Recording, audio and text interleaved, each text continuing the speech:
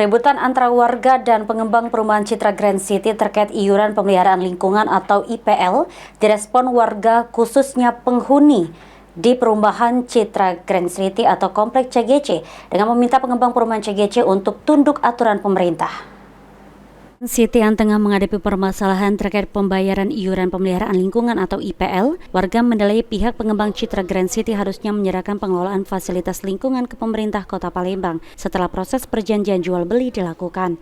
Menurut warga, seusai peraturan pemerintah daerah, biaya IPL yang mencakup untuk menjaga fasilitas seperti keamanan dan kebersihan menjadi tanggung jawab pemerintah kota untuk menunjuk pihak ketiga sebagai pengelola bukan dari pihak pengembang yang menunjuk. Warga berharap pihak pengembang CGC tunduk atas aturan pemerintah tersebut. Adanya ketidakjelasan tentang penggunaan dana iuran dan hak hukum pengembang yang menunjuk pihak ketiga untuk memungut iuran IPL akan dilaporkan warga ke pihak berwajib. Itu tanpa diminta lagi, otomatis dia menyerahkan. Sudah selesai. Jadi Fasum dan Fastos itu serahkan dengan Pemkot. Nah, nantinya Fasum Fastos itu misalnya masjid, kalau ada gereja.